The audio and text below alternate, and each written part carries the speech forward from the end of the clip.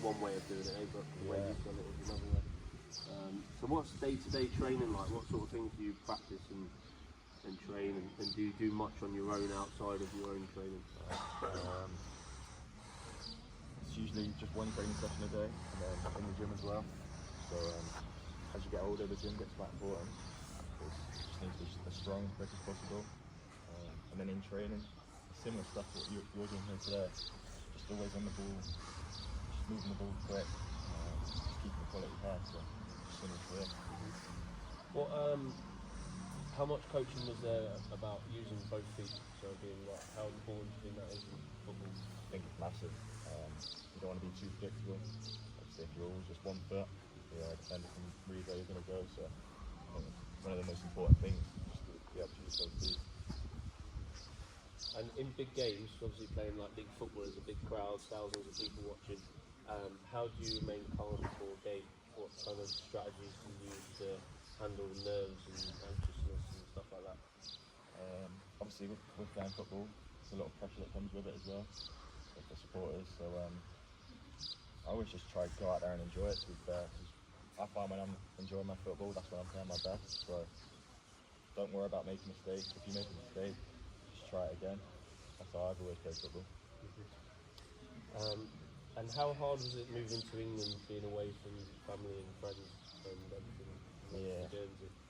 Obviously, it was a big move and it was tough at first, but when you're playing football, you're just enjoying it. So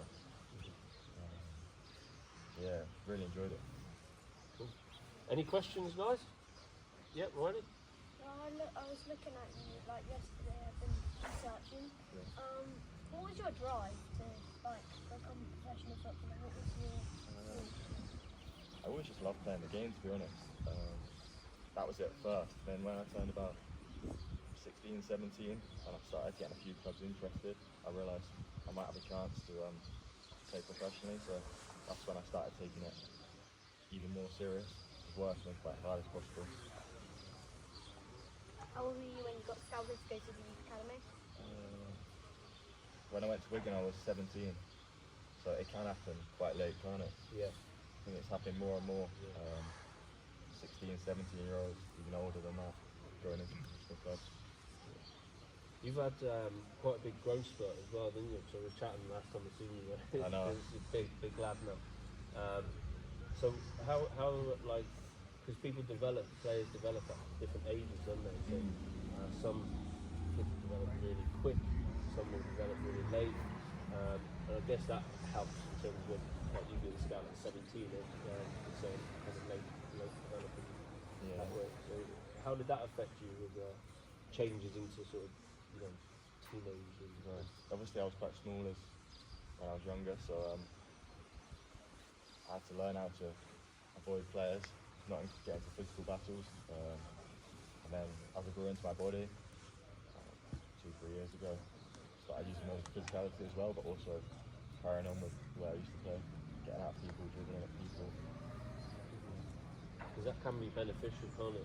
Yeah, because when you're smaller, you learn how to dribble, 100%. Take the arm, stay out of the way of the physicality. So that is beneficial, and then when the late developers do have their growth spurt, they've learned that, so it can be a strength as well. Yeah.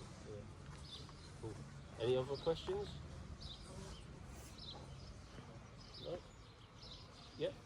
How old were you when you started to play and love football? I don't know, I always remember just playing football, probably like 5, 6. Playing when I was younger, just like we used playing football. And what was the other people when you were younger? It's nice. Yeah.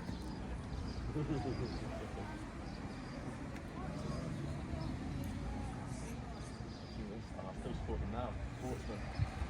My dad sports them, so I have to support them as well.